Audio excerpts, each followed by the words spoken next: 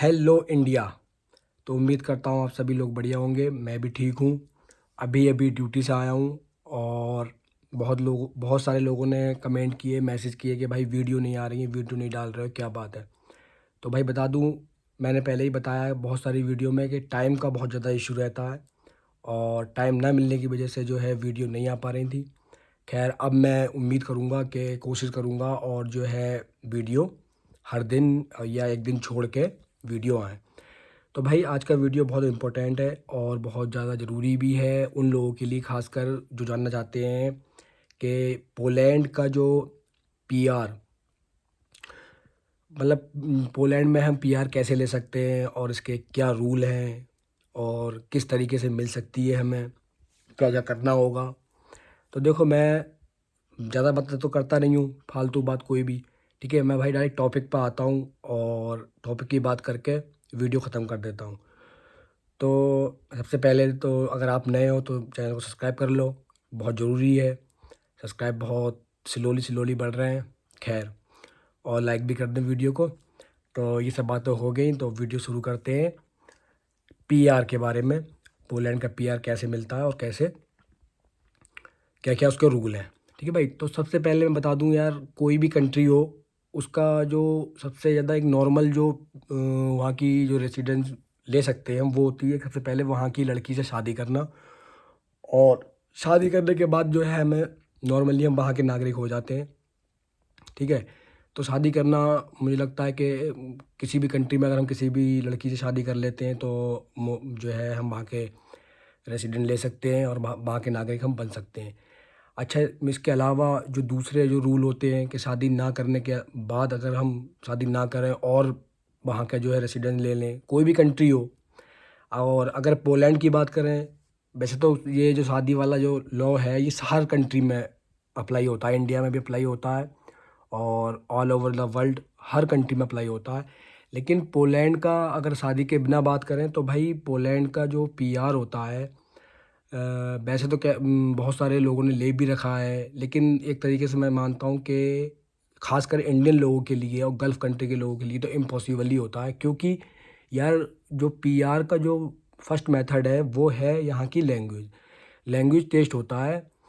तो language test कब होता है वो चीज़ भी पहले कंफर्म कर लें कि भाई लैंग्वेज टेस्ट हम जब 5 साल पोलैंड में रह लेते हैं, 5 साल का टाइम हम जो है स्पेंड कर लेते हैं और हम 5 साल से लगातार रेगुलर जो है टैक्स पे कर रहे हैं गवर्नमेंट को, और गवर्नमेंट की नज़रों में हम ठीक है, हमारा जो जो भी हमारा जो एक प्रोफाइल बनी हुई है वो एक बहुत जेन्युइन और रियल प्रोफाइल बनी हुई है और हमने कोई भी किसी तरह का कोई भी क्राइम नहीं किया है, कोई भी पुलिस केस नहीं है और 5 साल हमने यहाँ पे टाइम स्पेंड किया है और अच्छे से काम किया है, तो उसके बाद जो है हम अप्लाई करते हैं पीआर के लिए। और पीआर अप्लाई करने के बाद में जो है एक एग्ज़ाम होता है लैंग्वेज टेस्ट का। वो एग्ज़ाम क्या होता है, एग्ज़ाम की पहले बात कर ले। एग्ज़ाम होता है भाई लैंग्वेज का, और उसमें क्या होता है, 1 साल में 3 बार होता है। 4 महीने के समथिंग अंतराल से होता है।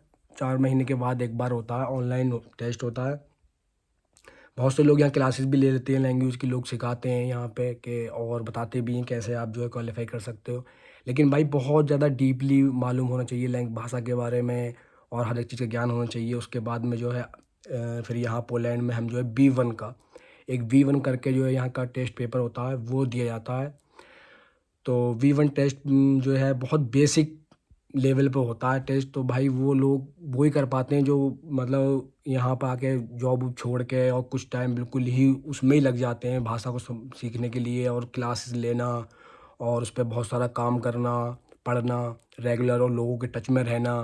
जैसे मान लीजिए जो पुलिस बंदे हैं उनके साथ उठना बैठना 24 घंटे, उनसे ही बात करना हर तरीके से।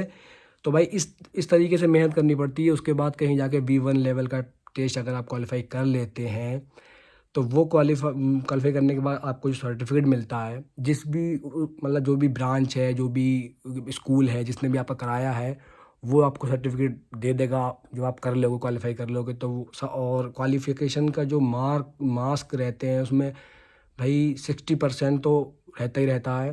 60% आपके नंबर आना ज़रूरी है उसमें। और 60% का मतलब ये है बहुत हाई लेवल भाई। 60% ये नहीं कि 100 में से 60% बहुत नॉर्मल हो गया, लेकिन भाई 60% बहुत होता है। ठीक है भाई, जितनी भी मैंने इन्फॉर्मेशन ली लोगों से जो है यहाँ पे, उज़्बेकिस्तान के लोग हैं और अज़रबैजान के हैं, अफ़गानिस्तान के एक स्पेशली मेरे संग में काम करते हैं, वो उन्हें पासपोर्ट मिलने वाला है, उन्होंने शादी की है उसके बाद पासपोर्ट मिलने वाला। तो मैंने उनसे मालूम किया तो उन्होंने बताया था मुझे इसके बारे में। तो भाई B1 का जब हम ले लेते हैं तो वो उसका सर्टिफिकेट मिलता है। वो सर्टिफिकेट लेने के बाद हम जो है और बाकी जो डॉक्यूमेंट होते हैं हमारे वर्क परमिट और जो हमारे टैक्स वगैरह, ये सब सारी चीज़ें हम फाइल कंप्लीट होने के बाद ये फाइल सबमिट होती है। फाइल सबमिट होने के बाद में जो है समथिंग 1 महीने के बाद जो है फिर हमारा पासपोर्ट आता है। ठीक है, ये पासपोर्ट जो है वारसा में आता है, एम्बेसी से ही आता है पासपोर्ट। उसकी डेट मिल जाती है कि आपको जो है इस डेट में और आपका पासपोर्ट आ जाएगा या मिल जाएगा, आप वहाँ पहुँच जाएं या आपके एड्रेस पे जो भी चीज़ रहती है वो फ़िलहाल।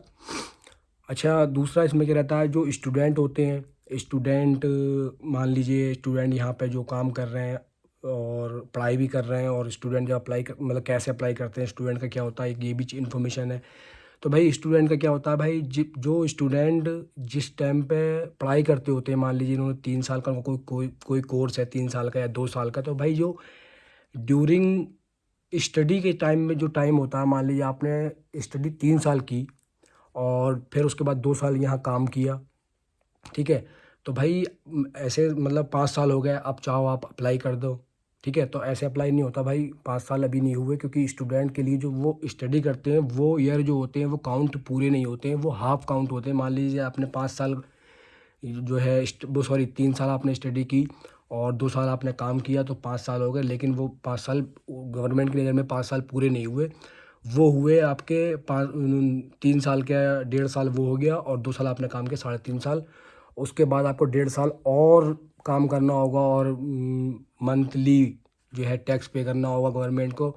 उसके बाद 5 साल कंप्लीट होंगे, उसके बाद ही आप जो है वी लेवल का जो टेस्ट होता है वो उसका फॉर्म भरेंगे, और जो उसकी टाइम होगी उसमें आप एग्ज़ाम देंगे। अगर आप क्वालिफाई कर लेते हैं, उसके बाद में आपकी सारा जो भी डॉक्यूमेंट है वो सब कुछ रेडी करके और फाइल सबमिट होती है पासपोर्ट के लिए।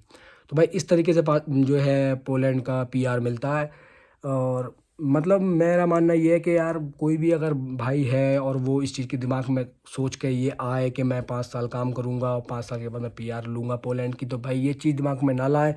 मैं ये भी नहीं कह रहा कि आप नहीं कर सकते, कर भी सकते हो, लेकिन भाई चांसेस बहुत कम होते हैं PR के लिए। और कोशिश यही है कि यार पोलैंड में अगर आप आए हो और आपने सारी सेटिंग बिठा ली, अच्छे से काम कर रहे हो, अगर आपकी सैलरी वैलरी बढ़िया है, तो आप ठीक है रहते रहें, कोई दिक्कत नहीं, काम करते रहें। और अगर आपका दूसरी किसी कंट्री, अच्छी कंट्री में अगर आपका जो है सेटलमेंट हो रहा है, तो आप बाहर निकल जाएं। लेकिन PR के चक्कर में बेहतर है कि ना ही पड़ें, क्योंकि PR मिलना एक तरीके से बहुत मुश्किल, लोहे के चने चबाना है। ठीक है भाई, तो उम्मीद करता हूँ भाई PR का जो भी मेथड है भाई यही है, इसके अलावा कोई अलग चीज़ नहीं है। बस इसमें ये होता है कि भाई फॉर्म भरने की कुछ फीस होती हैं, फ़ीस भर दी आपने, फॉर्म भर दिया, उसके बाद आपका जो एग्ज़ाम की डेटें होती हैं वो डेटें होती हैं, और साल में 3 बार जो है एग्ज़ाम होता है। और बस यही चीज़ें होती हैं, कोई बहुत ज़्यादा इससे हट के कोई और चीज़ नहीं है। जैसे आप कोई और आपको कोई बोले, आपको किसी और इंसान ने कुछ और बोल दिया हो और फिर आप उस पर कमेंट करें कि यार अयाज भाई उस बंदे ने तो PR के बारे में ऐसा बोला है, तो ऐसा कुछ नहीं होता भाई। नॉर्मल जो बेसिक जो रूल है PR का वो यही है, इसके अलावा कोई सेकंड रूल नहीं है। इसी तरीके से PR होता है पोलैंड में स्पेशली। ठीक है भाई, तो उम्मीद करता हूँ वीडियो समझ में आ गई होगी। PR के बारे में एक भाई ने बोल रखा था PR के बारे में आप वीडियो बनाए, तो भाई यही सब चीज़ें हैं और इसी तरीके से PR मिलता है। अभी हालांकि गवर्नमेंट चेंज हुई है तो कुछ रूल चेंज हुए हैं, लेकिन कोई रूल ऐसा नहीं बना है कि जो है आपको लैंग्वेज टेस्ट देना ना पड़े, वो रूल अभी भी है, वो आपको करना ही होगा। तो भाई लैंग्वेज जो टेस्ट का जो है बहुत बड़ा फंडा है, और वही सबसे ज़्यादा मुझे लगता है टफ चीज़ है PR के लिए स्पेशली। अगर लैंग्वेज इशू नहीं होता तो भाई मैं भी ज़रूर अप्लाई करता और मैं भी कोशिश करता। खैर भाई इस वीडियो को अब यहीं लास्ट करते हैं, मिलते हैं अगली वीडियो में, और उम्मीद करता हूँ समझ में आया होगा। ना आया हो फिर भी कमेंट कर दें, कोई मसला नहीं है, हम दोबारा ट्राई कर लेंगे। ठीक है, अल्लाह हाफिज़। दुआओं में याद रखना और फ़िलिस्तीन की दुआ करते रहना और चैनल पर बने रहना। और जिन लोगों को लगता है कि ये वीडियो उन लोगों के लिए ज़रूरी है तो उन लोगों को शेयर ज़रूर करें। और मुझे भी अगर जो है इंस्टाग्राम पे अगर आप जो है किसी भी तरह की इन्फॉर्मेशन पर्सनली लेना चाहते हो तो मुझे फॉलो कर लो, बायो में मेरा इंस्टाग्राम लिंक है, पहले फॉलो करें उसके बाद मैसेज करें। ठीक है भाई, मिलते हैं अगली वीडियो में। अल्लाह हाफिज़।